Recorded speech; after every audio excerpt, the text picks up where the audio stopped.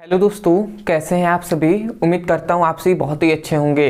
तो आज के इस वीडियो में हम पढ़ने वाले हैं क्लास 9th फिजिक्स का पहला अध्याय जो है गति। तो गति का यह दूसरा वीडियो है। इससे पहले आपने पहले वीडियो को नहीं देखा है तो आप चैनल के प्लेलिस्ट में जाकर वहाँ से उसकी पढ़ाई कर सकते हैं। तो इस वीडियो में हम कौन कौन से टॉपिक पढ़ने वाले हैं उसको हम देख लेते हैं। तो इस वीडियो में हम सबसे पहले पढ़ेंगे कि चाल किसे कहते हैं। चाल किसे कहते हैं इसको हम पूरा डिटेल में समझेंगे। उसके बाद चाल के दो प्रकार होते हैं, एक होता है एक सामान्य चाल और एक होता है असामान्य चाल। तो इन दोनों का परिभाषा क्या होता है, इन दोनों का एग्जाम्पल क्या होता है, पूरा हम डिटेल में समझेंगे। और एक इसी के संबंधित एक और होता है औसत चाल। तो ये क्या होता है, इसका भी फॉर्मूला क्या होता है, पूरा हम डेप्थ में इसको समझने वाले हैं। ठीक है। दूसरा हमारा टॉपिक आता है कि वेग किसे कहते हैं। अब वेग क्या होता है इसके बारे में हम पूरा डिटेल में समझेंगे। और उसके बाद आता है यहाँ पर कि वेग के संबंधित में दो इसके संबंध में टॉपिक हैं। एक है औसत वेग किसे कहते हैं और दूसरा वेग और चाल में क्या अंतर होता है, इसको भी हम जानने वाले हैं इसी वीडियो में। और तीसरा हमारा टॉपिक मेन होगा कि त्वरण किसे कहते हैं और त्वरण का फॉर्मूला, एग्जाम्पल, राशि सब डिटेल में हम समझेंगे। और उसके बाद त्वरण के दो प्रकार होता है, एक होता है एक सामान्य त्वरण और दूसरा होता है असामान्य त्वरण। तो इन दोनों का परिभाषा, एग्जाम्पल क्या होता है, इस वीडियो में पूरा हम डिटेल में समझने वाले हैं। तो चलिए दोस्तों अब एक एक करके हम देख लेते हैं, इन सभी को हम जान लेते हैं। सबसे पहला आता है चाल। तो स्पीड क्या होता है। तो यदि हम चाल पे बात करें तो देखिए कोई भी भौतिक राशि हो उसका हम परिभाषा या तो ज्यादातर हम उसके फॉर्मूले से ही उसका परिभाषा करते हैं। ठीक है, या हम चित्र से भी कर सकते हैं। तो चलिए हम फॉर्मूले से ही करते हैं। तो चाल का बराबर होता है, चाल बराबर होता है दूरी बटे समय। ये क्या है, ये चाल का फॉर्मूला है, दूरी बटे समय। अब यही से हम परिभाषा करेंगे। अब मान लेते हैं कि दूरी को याद रखेंगे। एक पॉइंट से इसमें वेरी इंपॉर्टेंट कि जब भी हम किसी भी भौतिक राशि का परिभाषा करते हैं और यदि किसी भौतिक राशि के नीचे यदि समय से भाग दिया जाए तो उसको जब डेफिनेशन करते हैं तो उस समय को हम दर पढ़ते हैं। क्या कहते हैं, दर कहेंगे। उस समय हम ना करके हम क्या कहेंगे, दर कहेंगे। तो हम यही से कहेंगे कि दूरी में, याद रखेंगे, दूरी में परिवर्तन की दर को चाल कहते हैं। मतलब क्या हुआ कि कोई भी व्यक्ति है या वस्तु है। अब यहाँ पे थोड़ा सा समझिए, ये कोई व्यक्ति है। अब मान लेते हैं ये यहाँ पर है और कुछ समय के बाद ये यहाँ पर आ गया, उसके बाद ये यहाँ से यहाँ पर आ गया। तो ये क्या हो रहा है, इसकी दूरी में परिवर्तन हो रहा है कि नहीं। पहले तो ये यहाँ पर था, अब ये जो व्यक्ति है ये यहाँ पे चला गया और फिर से यहाँ पर चला गया। तो दूरी में परिवर्तन हो रहा है। तो हम यही कह रहे हैं, क्या हो रहा है, दूरी में परिवर्तन हो रहा है। ठीक है, क्या हो रहा है, वस्तु की दूरी में परिवर्तन हो रहा है। तो हम यही कह रहे हैं कि वस्तु की दूरी में परिवर्तन के दर को, दर मतलब कि जब ये वस्तु यहां से यहां तक जा रहा है तो कुछ ना समय में भी परिवर्तन हो रहा होगा, समय लग रहा होगा कि नहीं। और हम समय को क्या कहे हैं कि दर हम कहेंगे। तो हम यही कह रहे हैं कि किसी वस्तु द्वारा दूरी में परिवर्तन के दर को क्या कहते हैं, चाल कहते हैं। समझ गए ना। तो आप डेफिनेशन क्या कहेंगे, अगर ऐसे सिंपल वे में कहना है तो आप कह सकते हैं कि दूरी में परिवर्तन की दर को चाल कहते हैं। या आपको अच्छे से लिखना है तो आप कहिए कि किसी वस्तु या व्यक्ति द्वारा दूरी में परिवर्तन के दर को चाल कहते हैं। तो आशा करते हैं कि आपको समझ में आ गया होगा और डेफिनेशन भी यहीं से याद हो गया होगा। तो मैं यहाँ पे डेफिनेशन लिख दे रहा हूं, आप क्या लिखेंगे, किसी वस्तु द्वारा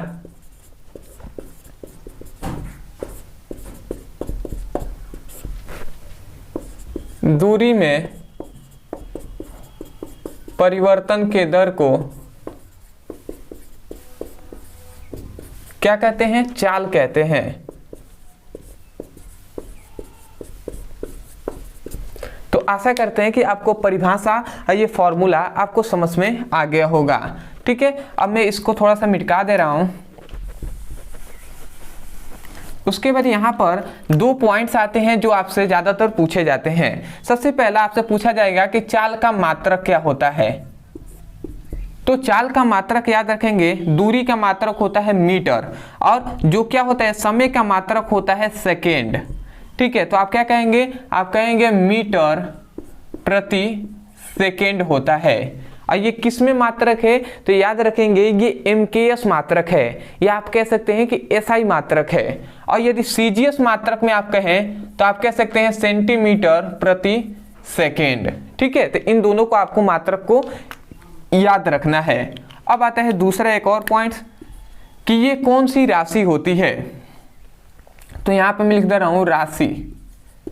तो ये कौन सी राशि होती है, तो ये याद रखेंगे अदिश राशि होती है। इसको आपको याद रखना है। ये कम से कम दो ये जो पॉइंट्स हमने बताया है, इन दोनों को आपको याद रखना है। ये कॉम्पिटिटिव एग्जाम के संबंधित में पूछा ही जाता है, खासकर आपको जब बहुविकल्पीय क्वेश्चन आता है तो उसमें भी पूछा जाता है। तो आशा करते हैं कि जो चाल है इसको आपको अच्छे से समझ में आ गया होगा। अब आते हैं हम कि चाल के 3 प्रकार होते हैं, तो उसको भी अब हम जान लेते हैं। अब चाल के 3 प्रकार होते हैं, उसको भी हम समझते हैं। तो यहाँ पर चाल के तो 2 ही मुख्यतः प्रकार होते हैं। चाल के प्रकार, तो चाल के कितने, चाल के मुख्यतः 2 प्रकार होते हैं। ठीक है, चलिए लिख देते होते हैं। यहाँ पे कॉपी पेन में आप लिखते हुए चलेंगे। तो पहला होता है एक सामान्य चाल।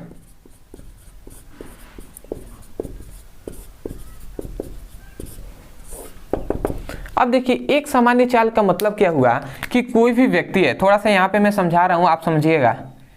ये कोई रास्ता है, अब यहाँ पर कोई ए व्यक्ति है, इस बिंदु पर कोई ए व्यक्ति है। अब ये यहाँ से यहाँ तक चल रहा है, यहाँ से यहाँ तक अगर आता है तो इसको 10 मिनट लगते हैं। अब फिर से यहाँ से, मतलब यहाँ से यहाँ तक की दूरी है 5 किलोमीटर। ठीक है, तो 5 किलोमीटर चलने में इसको 10 मिनट लगते हैं। अब फिर से यहाँ तक की दूरी है 5 किलोमीटर, और यहाँ से फिर से 5 किलोमीटर चलने में इसको 10 मिनट लग रहा है। अब फिर से यहाँ तक दूरी है 5 किलोमीटर, और इसको चलने में फिर से 5 किलोमीटर में समय कितना लग रहा है, 10 लग रहा है। मतलब क्या हुआ कि दूरी देख रहे हैं कि दूरी 5-5 किलोमीटर है, और जो समय है वो 10-10 किलोमीटर लग रहा है। इसका मतलब अगर हम देखें तो सामान्य समय लग रहा है। देखिए 10 मिनट यहाँ पे भी लगा 5 किलोमीटर चलने में, यहाँ पर भी 10 मिनट लगा 5 किलोमीटर चलने में, और यहाँ पर भी 10 ही मिनट लगा 5 किलोमीटर चलने में। इसका मतलब क्या हुआ कि जो क्या है समय है वो सामान्य लग रहा है, और दूरी भी जो लग रहा है वो भी सामान्य लग रहा है। तो ऐसा चाल, तो हम क्या कहेंगे कि ऐसा कोई भी चाल जिसमें सामान्य समय में क्या, समान समय में समान दूरी तय करता है। ठीक है, ऐसा चाल जिसमें सामान्य समय में सामान्य दूरी तय करता है, तो उस चाल को एक सामान्य चाल कहते हैं। मतलब कोई भी वस्तु है या कोई भी व्यक्ति है, वो इस चाल से, जिस चाल से चलता है कि उस चाल में सामान्य समय में सामान्य दूरी तय करेगा, तो उस चाल को ही हम एक सामान्य चाल कहेंगे। तो इसका हम डेफिनेशन लिख सकते हैं कि किसी व्यक्ति, या हम ऐसे लिखेंगे, जिस चाल से समझिएगा यहाँ पे क्या लिखा जा रहा है, जिस चाल से कोई व्यक्ति, या आप वस्तु भी लिख सकते हैं, व्यक्ति या वस्तु समान समय में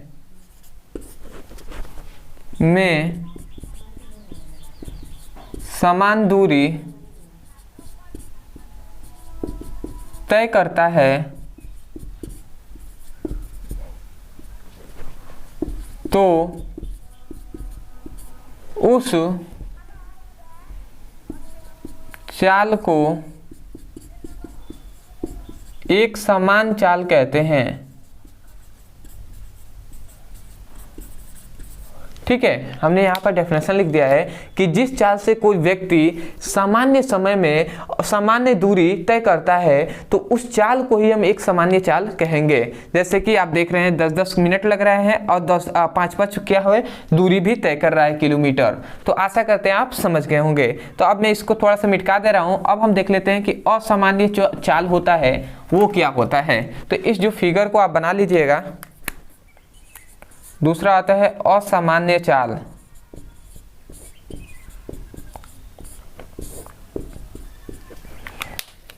तो असामान्य चाल किसे कहते हैं?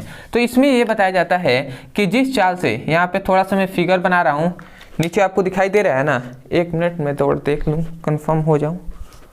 हाँ अभी ठीक है, ठीक है, दिखाई दे रहा है। तो ये जो देखिए, ये कोई रास्ता है, ठीक है, थोड़ा सा टेढ़ा वहाँ पे दिखाई दे रहा था, थोड़ा सा मैं इसको सीधा कर दे रहा हूँ, ठीक है। ये कोई रास्ता है। अब इस रास्ते पर मान लेते हैं यहाँ से, देखिए यहाँ से यहाँ तक की दूरी है 10 किलोमीटर, ठीक है, और यहाँ से यहाँ तक की दूरी है 10 किलोमीटर, फिर से यहाँ तक की दूरी है 5 किलोमीटर। समझिएगा, मैं ऊपर क्या लिख रहा हूँ, ऊपर लिख रहा हूँ दूरी, ठीक है। चलिए मैं किलोमीटर नहीं लिखता हूँ, ऐसे ही आप समझ जाइएगा। 10 किलोमीटर, और यहाँ से यहाँ तक फिर से 5 किलोमीटर, और यहाँ से यहाँ तक चलने में क्या है, मतलब 15 किलोमीटर है। ये दूरी हमने बताया कि इस बिंदु से इस बिंदु तक की दूरी है 10 किलोमीटर, और इस बिंदु से इस बिंदु की दूरी है 5 किलोमीटर, और इस बिंदु से इस बिंदु के बीच की दूरी है 15 किलोमीटर। तो ये है दूरी। अब हम ये कह रहे हैं कि 10 किलोमीटर कोई व्यक्ति यदि चल रहा है, जिस चाल से चल रहा है, तो 10 किलोमीटर चलने में उसको लग रहे हैं 15 मिनट, ठीक है, उसको लग रहे हैं 15 मिनट 10 किलोमीटर चलने में। फिर से यहां तक चला, और फिर से यहां तक 5 किलोमीटर चलने में फिर से इसको लग गए 15 मिनट, ठीक है। और फिर से 15 किलोमीटर चलने में फिर से इसको लग रहे हैं 15 मिनट। समझिएगा, तो यहाँ पे नीचे क्या है, समय है। तो आप देख रहे हैं कि समय हर जगह 15-15 मिनट ही लग रहा है, परंतु दूरी कहीं 10 किलोमीटर लग रहा है, कहीं 5 है तो कहीं 15 है। मतलब 10 किलोमीटर चलने में भी 15 मिनट ही लग रहा है, और 5 किलोमीटर चलने में 15 मिनट ही लग रहा है, और 15 किलोमीटर चलने में 15 मिनट लग रहा है। तो इससे हमें स्पष्ट होता है कि दूरी क्या है, समय जो है, समय तो सामान्य है, परंतु दूरी जो है वो असामान्य है। असामान्य है कि नहीं, 10 है, कहीं 5 है, कहीं 15 है। तो हम यही कहेंगे कि जिस चाल से कोई व्यक्ति या वस्तु सामान्य समय में असामान्य दूरी तय करता है, तो उस चाल को हम असामान्य चाल कहेंगे। समझ गए ना? हमने क्या कहा कि जिस चाल से कोई व्यक्ति या वस्तु सामान्य समय में असामान्य दूरी तय करता है, तो उस चाल को असामान्य चाल कहते हैं। ठीक है, तो मैं यहाँ पे डेफिनेशन लिख दे रहा हूं। आप क्या लिखेंगे? जिस चाल से कोई व्यक्ति या वस्तु समान समय में असमान दूरी तय करता है, तो उस चाल को क्या कहते हैं? असामान्य चाल कहते हैं।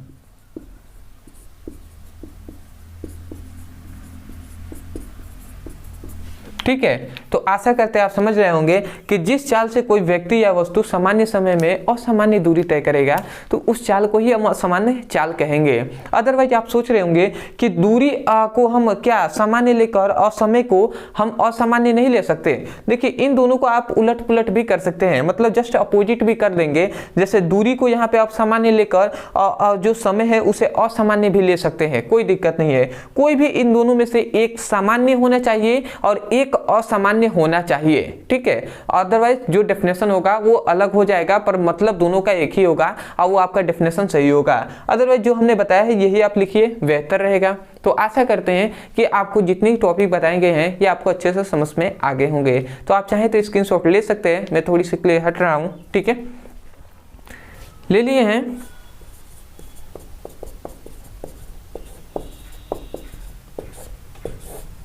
अब आता है कि औसत चाल किसे कहते हैं। तो यहाँ पे औसत चाल का फॉर्मूले से ही हम इसका डेफिनेशन करते हैं। इसका जो फॉर्मूला होता है उससे हम डेफिनेशन करेंगे। तो औसत चाल बराबर क्या होता है, मैं यहाँ पे लिख रहा हूँ औसत चाल बराबर। तो औसत चाल बराबर होता है किसी व्यक्ति या वस्तु द्वारा तय की गई कुल दूरी, तय की गई कुल दूरी तथा तय करने में लगा कुल समय, मतलब तय करने में लगा कुल समय। ठीक है, तो यहाँ पर हमने लिख दिया है, मतलब औसत चाल जो होता है, औसत चाल बराबर होता है तय करने में। तय मतलब होता है कि चलने में चली गई कुल दूरी तथा चलने में लगे कुल समय। आप ये भी लिख सकते हैं, या आप लिखिए तय की गई कुल दूरी तथा तय करने में लगे कुल समय के अनुपात को ही हम क्या कहते हैं, ये क्या है, अनुपात का चिन्ह है। ठीक है, तो हम यहीं से आप इसका डेफिनेशन करेंगे। तो देखिए डेफिनेशन वेरी सिंपल है, बहुत ही सिंपल है। आप कह सकते हैं कि किसी व्यक्ति या वस्तु द्वारा, ध्यान से सुनिएगा, किसी व्यक्ति या वस्तु द्वारा तय की गई कुल दूरी तथा तय करने में लगे कुल समय के अनुपात को, ये रेड कलर से दिखाई दे रहा है अनुपात है, तो अनुपात को औसत चाल कहते हैं। समझ गए ना। या आप दूसरे तरीके से ये भी कह सकते हैं कि किसी व्यक्ति या वस्तु द्वारा चली गई कुल दूरी तथा चलने में लगा कुल समय के अनुपात को औसत चाल कहते हैं। तो आशा करते हैं आप समझ गए होंगे। तो मैं यहाँ पे डेफिनेशन लिख दे रहा हूं, आप क्या लिखेंगे, किसी व्यक्ति या वस्तु द्वारा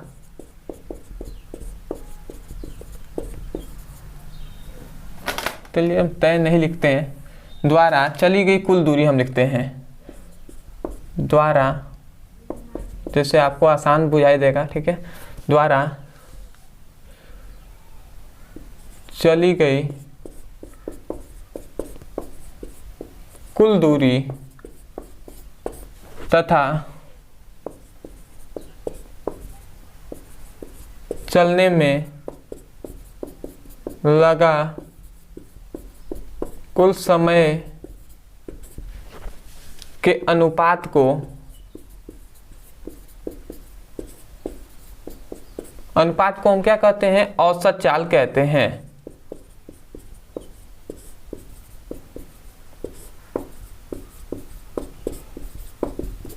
ठीक है, तो यहाँ पर हमने लिख दिया है कि किसी व्यक्ति या वस्तु द्वारा चली गई कुल दूरी तथा चलने में लगे कुल समय के अनुपात को औसत चाल कहते हैं। अब इसका फॉर्मूला जो है यहाँ पे हमने लिख दिया है, तो इस फॉर्मूले के भी आपको नोट्स में लिख लेना है, या रफ की कॉपी आप लेकर ही वीडियो देखते रहिए और लिखते हुए यहाँ से चलिए, रफ में ही बनाइए। वैसे तो हम नोट्स प्रोवाइड करा रहे हैं, पर फिर भी आपसे रिक्वेस्ट है कि आप स्वयं नोट्स बनाना सीखिए। ठीक है, रफ की कॉपी जरूर लेके बैठिए। ठीक है, बहुत जरूरी है नोट्स बनाना। तो आशा करते हैं आप समझ गए होंगे। तो स्क्रीनशॉट लेना चाहें तो आप ले सकते हैं। ठीक है, आप ले लीजिए, बेहतर रहेगा। ठीक है, ले लिए। चलिए अब हम अपने आगे टॉपिक के बारे में पढ़ते हैं। ज़्यादा ये सभी छोटी छोटी टॉपिक हैं पर बहुत इंपॉर्टेंट है, इसी पर बेस्ड है आपका सभी आगे के टॉपिक। ठीक है, इसी से आपको समझ में आएगा। अब आता है वेग, वेलोसिटी किसे कहते हैं। तो देखिए वेग का भी हम परिभाषा इसके फॉर्मूले से भी कर सकते हैं और इसके चित्र से भी हम कर सकते हैं। तो देखिए इसका फॉर्मूले से ही हम करते हैं, तो वेग बराबर होता है विस्थापन बटे समय। ये फॉर्मूला आपको याद रखना है, वेग बराबर क्या होता है, विस्थापन बटे समय। अब हम जानते हैं कि परिभाषा जब हम करते हैं तो समय को हम दर कहते हैं, तो हम कह सकते हैं कि विस्थापन के दर को वेग कहते हैं। परंतु किसका विस्थापन, तो आप कहेंगे कोई वस्तु ही तो विस्थापित हो रहा होगा ना, या कोई व्यक्ति ही विस्थापित हो रहा होगा। विस्थापित का मतलब मैं यहाँ पर हूँ, अब मैं यहाँ पे चला गया, तो ये विस्थापित होकर ही तो आया हूँ ना। विस्थापित हुआ है कि नहीं, पहले वहां पर था अब यहाँ पर आ गया, तो विस्थापित हुआ हूं। तो इसका मतलब क्या हुआ कि कोई वस्तु विस्थापित होता है या कोई व्यक्ति विस्थापित होता है। तो आप कह सकते हैं कि किसी व्यक्ति या वस्तु के विस्थापन के दर को क्या कहते हैं, वेग कहते हैं। मतलब विस्थापित होने में जो लगा समय होता है उसे ही वेग कहते हैं। तो आप डेफिनेशन लिख सकते हैं, क्या लिखेंगे, किसी व्यक्ति या वस्तु के विस्थापन के दर को क्या कहते हैं? वेग कहते हैं। ठीक है, तो यहां पर हमने लिखते हैं किसी व्यक्ति या वस्तु द्वारा, मतलब किसी व्यक्ति या वस्तु के विस्थापन के को दर को ही हम क्या कहते हैं? विस्थापन के दर को ही हम वेग कहते हैं। अदरवाइज इसके संबंध में आपसे भी 2 पॉइंट्स पूछे जाएंगे। सबसे पहला कि वेग का मात्रक क्या होता है। ठीक है, तो वेग का मात्रक याद रखेंगे मीटर प्रति सेकेंड होता है। ठीक है, याद रखेंगे वेग का मात्रक मीटर प्रति सेकेंड होता है। एक थोड़ा सा गड़बड़ हो गया हमारा, जो अभी हमने चाल पढ़ाया था, तो चाल बराबर हमने क्या बताया था? चाल बराबर हमने पढ़ाया था आपको दूरी बटे समय। चाल बराबर हमने क्या पढ़ाया था आपको? वीडियो में देखना पड़ेगा आपको। चाल बराबर दूरी बटे समय पढ़ाया है। ठीक है, तो दूरी का हमने इसका मात्रक क्या बताया था आपको? मीटर प्रति सेकेंड स्क्वायर या मीटर प्रति सेकेंड हमने बताया था। 1 मिनट, चाल का हमने क्या बताया था आपको?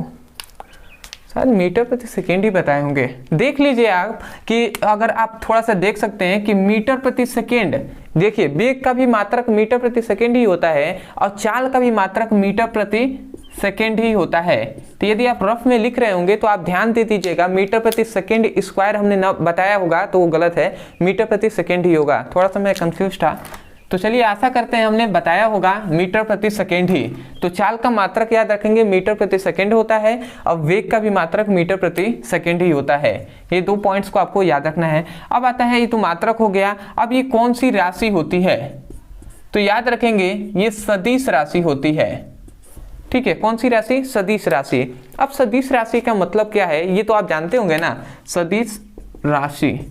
अब सदिश राशि का मतलब कि जो वेग होता है ना, वेग में क्या होता है? वेग में दिशा भी होता है और प्लस इसमें परिमाण भी होता है।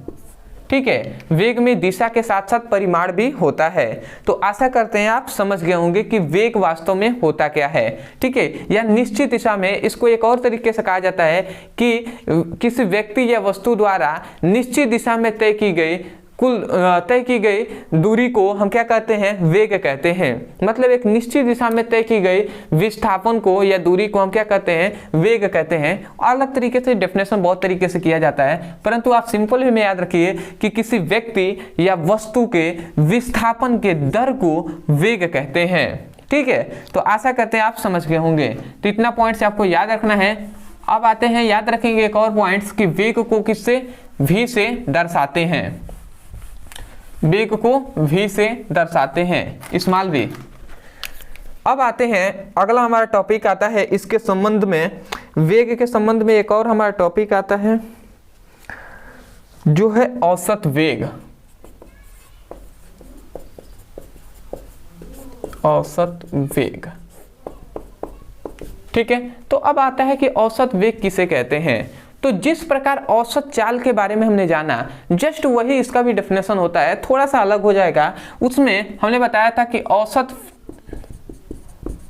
औसत वेग का फॉर्मूला याद रखेंगे कि किसी, आप लिख लेंगे, किसी व्यक्ति या वस्तु द्वारा चली गई कुल विस्थापन बटे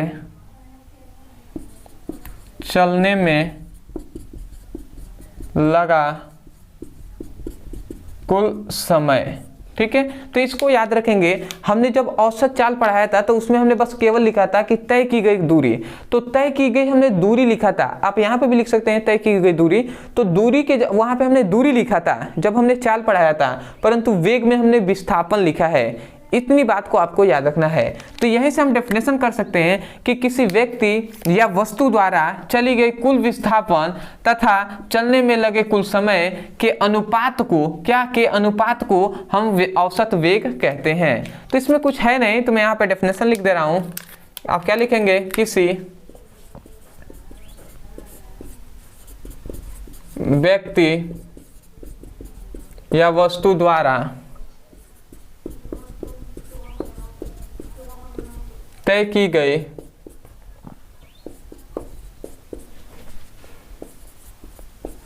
कुल विस्थापन तथा तय करने में लगा कुल समय के अनुपात को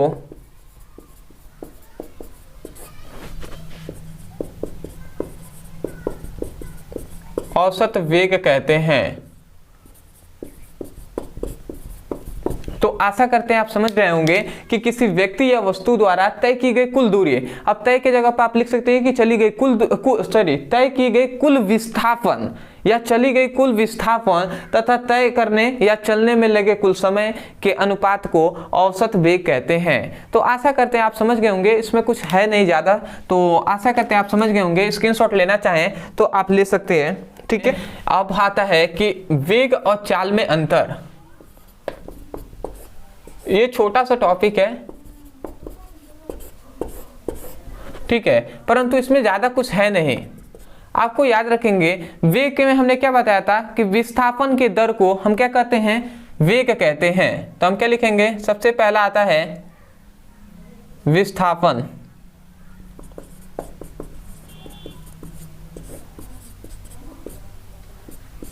दर को वेग कहते हैं। और इसमें हमने क्या बताया था चाल में कि दूरी में परिवर्तन के दर को हम क्या कहते हैं, चाल कहते हैं। तो यहाँ पे लिखेंगे दूरी में परिवर्तन के दर को क्या कहते हैं, चाल कहते हैं। तो आशा करते हैं कि सबसे पहली जो पॉइंट्स है ये आपको समझ में आ गया होगा। दूसरा याद रखेंगे कि वेग हमने बताया था कि वेग और चाल दोनों का मात्रक मीटर प्रति सेकेंड ही होता है, तो ये तो अंतर होगा नहीं। अब आता है राशि, तो याद रखेंगे वेग सदिश राशि होता है, ठीक है। अब विस्थापन जो होता है, जो क्या होता है, चाल होता है, वो अदिश राशि होता है। तो हम क्या लिखेंगे, यह अदिश राशि होता है, ठीक है। तो इतनी पॉइंट्स को आपको याद रखना है। अब सदिश और अदिश राशि का मतलब आप जानते होंगे। सदिश राशि का मतलब होता है कि जिसमें क्या होता है, जिसमें परिमाण भी हो और उसके साथ साथ इसमें दिशा भी हो, तो उसे हम सदिश राशि कहते हैं। और जो अदिश राशि होता है इसमें क्या होता है, इसमें केवल परिमाण होता है, दिशा नहीं होता है। इसमें केवल क्या होता है, परिमाण होता है, दिशा नहीं होती है। तो इसमें ज्यादा कुछ अंतर नहीं है, दो ही अंतर है, तो आप इसको याद रखेंगे। तो आशा करते हैं कि ये जो पॉइंट्स है आपको समझ में आ गए होंगे। अब आते हैं बहुत ही इंपॉर्टेंट टॉपिक जो है त्वरण, तो उसको देखकर हम समाप्त करेंगे वीडियो को।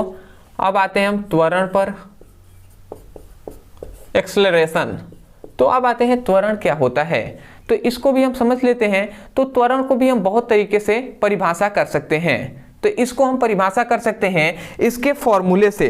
तो फॉर्मूला इसका याद रखेंगे, त्वरण बराबर होता है, त्वरण को हम ए से दर्शाते हैं, ठीक है, ए से। किससे ए से, तो स्मॉल ए से। तो त्वरण बराबर होता है वेग में परिवर्तन बटे समय अंतराल, ठीक है। तो इस फॉर्मूले का आपको याद रखना है, वेरी इंपॉर्टेंट फॉर्मूला है। अब इस फॉर्मूले में अगर आप देखें तो त्वरण बराबर होता है वेग में परिवर्तन बटे समय अंतराल। इसका मतलब क्या हुआ कि कोई वस्तु या व्यक्ति है तो उसके वेग में जो परिवर्तन होता है, और जब वेग में परिवर्तन हो रहा है तो उसके समय, जितना समय लग रहा है, तो उस समय के अनुपात को ही हम त्वरण कहते हैं। तो आप क्या कह सकते हैं कि किसी व्यक्ति या वस्तु द्वारा, या आप कह सकते हैं किसी वस्तु के या किसी व्यक्ति के वेग में परिवर्तन के दर को हम क्या कहते हैं, त्वरण कहते हैं। क्योंकि हम जानते हैं कि समय को हम दर कहते हैं परिभाषा के समय। तो आप कह सकते हैं ना कि किसी व्यक्ति या वस्तु के वेग में परिवर्तन के दर को त्वरण कहते हैं। तो आशा करते हैं आप समझ गए होंगे। कभी भी डेफिनेशन को रटना नहीं है, यहीं से समझ लेना है। अब फॉर्मूले से परिभाषा बनाना सीखिए। हम कह रहे हैं किसी व्यक्ति या वस्तु के वेग में परिवर्तन के दर को क्या कहते हैं? त्वरण कहते हैं। तो मैं यहाँ पे डेफिनेशन लिख दे रहा हूं, आप क्या लिखेंगे? किसी व्यक्ति या आप कह सकते हैं वस्तु के वेग में परिवर्तन के दर को हम क्या कहते हैं? त्वरण कहते हैं। तो यहाँ पे हमने त्वरण का डेफिनेशन लिख दिया है कि किसी व्यक्ति या वस्तु के वेग में परिवर्तन के दर को त्वरण कहते हैं। अब त्वरण का फॉर्मूला हमने लिख दिया है, इस फॉर्मूले को आपको याद रखना है। अब यहाँ पर भी 2 पॉइंट्स आपसे पूछे जाते हैं। सबसे पहला कि त्वरण का मात्रक क्या होता है और त्वरण कौन सी राशि होती है। ये 2 बात आपसे पूछे जाते हैं। तो सबसे पहला आता है कि मात्रक पर, तो इसका मात्रक यदि एसआई मात्रक या एमकेएस मात्रक पूछा जाता है तो आप कहेंगे कि त्वरण का मात्रक मीटर प्रति सेकेंड स्क्वायर होता है। क्या होता है? मीटर प्रति सेकेंड स्क्वायर होता है। और याद रखेंगे राशि यदि आपसे पूछा जाए तो आप कह सकते हैं कि यह क्या होता है? सदिश राशि होता है। राशि क्या होता है? सदिश राशि।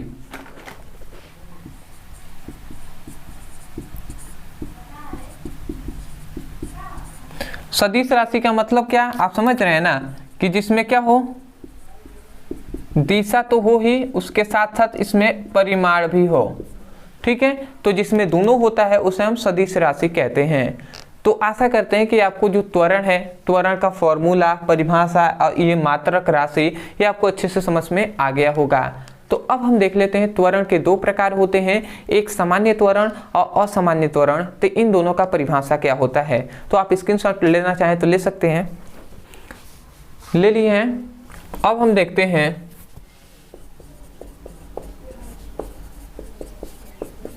त्वरण के प्रकार। तो त्वरण के 2 प्रकार होते हैं।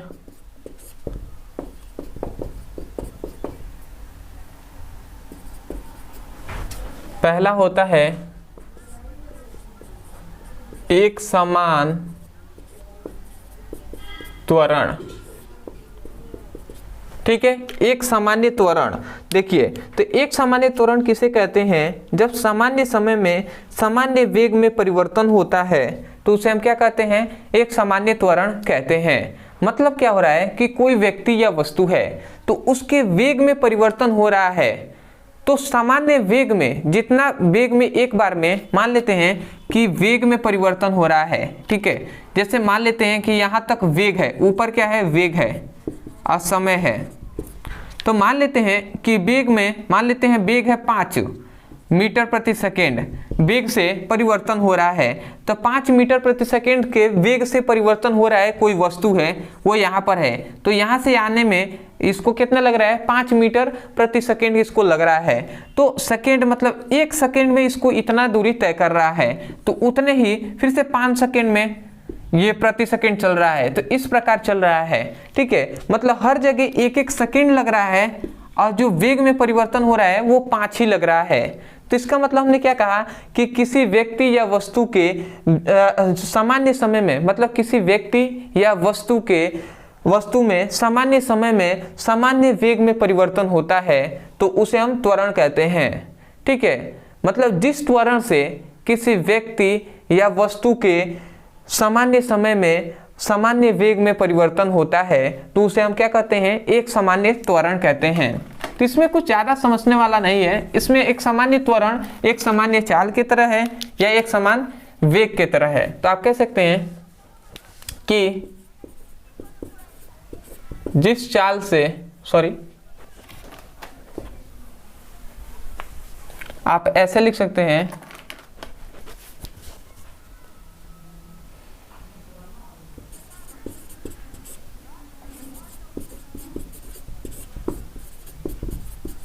जब किसी व्यक्ति या वस्तु के वेग में जब किसी व्यक्ति या वस्तु समान समय में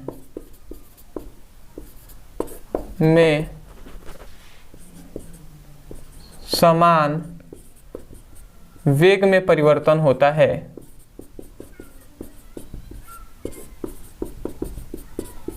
जब किसी व्यक्ति या वस्तु के सामान्य समय में सामान्य वेग में परिवर्तन होता है तो उस त्वरण को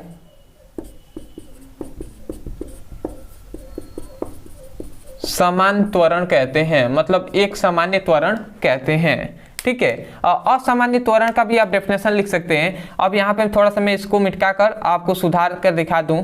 असामान्य त्वरण अब अगर आपको आ जाता है तो आप कहेंगे किसी व्यक्ति या वस्तु के सामान्य समय में असामान्य, अब यहाँ पे असामान्य आप लिख लेंगे कि असामान्य वेग में परिवर्तन होता है तो उसे हम असामान्य त्वरण कहते हैं। तो उसे हम क्या कहते हैं? उसे असमान त्वरण कहते हैं। मतलब उस त्वरण को, सॉरी यहाँ पे तो लिखा ही गया है, क्या हम कहते हैं?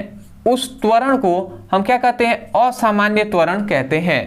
तो ज़्यादा कुछ है नहीं, केवल आपको सामान्य समय ले लेना है और असामान्य कहे तो असामान्य वेग कहना है और असामान्य कहे तो आपको सामान्य वेग कह देना है। तो इस प्रकार है। आशा करते हैं आपको समझ में आ गया होगा, इसमें कुछ है नहीं। तो आशा करते हैं आपको पूरी अच्छे से समझ में आया होगा और डेफिनेशन रटना नहीं पड़ा होगा, पूरा अच्छे से बाकायदा आपको समझ में आ गया होगा। तो यदि आपको समझ में आया है तब जाकर आप चैनल से जुड़े रहिएगा। आपसे रिक्वेस्ट है कि प्लेलिस्ट के अनुसार आप पढ़ाई कीजिए। आपका चैप्टर अब पूरी तरीके से समाप्त हो गया है। पहला जो है गति का चैप्टर, पूरा हमने डेप्थ में बात किया, जो भी छोटी छोटी टॉपिक है उनको भी हमने पढ़ाया। अदरवाइज यदि आपको इन सभी का नोट्स चाहिए, यदि आपको क्लास 9 का फिजिक्स और केमिस्ट्री का नोट चाहिए तो नीचे दिए गए नंबर पर आप मैसेज करके हमारी टीम से आप नोट्स भी मांग सकते हैं। वहाँ पे बहुत ही कम रुपए में आपको पूरे फिजिक्स और केमिस्ट्री का 1 वर्ष का नोट्स भी दिया जा रहा है। ठीक है, तो आप लेना चाहें तो ले सकते हैं, अदरवाइज नहीं लेना चाहें तो आपको लिए तो पूरा हम लिखवा ही रहे हैं। तो कोशिश कीजिए कि आप स्वयं नोट्स बनाने का। अदरवाइज यदि आपको समय कम है तो आप वहाँ से ले सकते हैं। अदरवाइज यदि आप प्ले लिस्ट के अनुसार पढ़ाई कर रहे हैं तो बहुत ही अच्छी बात है। ये नहीं कर रहे हैं तो आप जाइए, चैनल हमारा मेन चैनल है जो है इसी चैनल पर ब्रदर सर पर, तो आप प्ले लिस्ट ढूंढकर क्लास 9 का फिजिक्स और केमिस्ट्री का पढ़ाई कर सकते हैं, या नीचे दिए गए नंबर पे मैसेज करके आप वहां से भी फिजिक्स और केमिस्ट्री का पढ़ाई कर सकते हैं। तो आशा करते हैं आप समझ गए होंगे। तो चलिए दोस्तों, आज के लिए इतना ही, मिलते हैं एक नए टॉपिक के साथ। तब तक के लिए धन्यवाद। जय हिंद, जय भारत।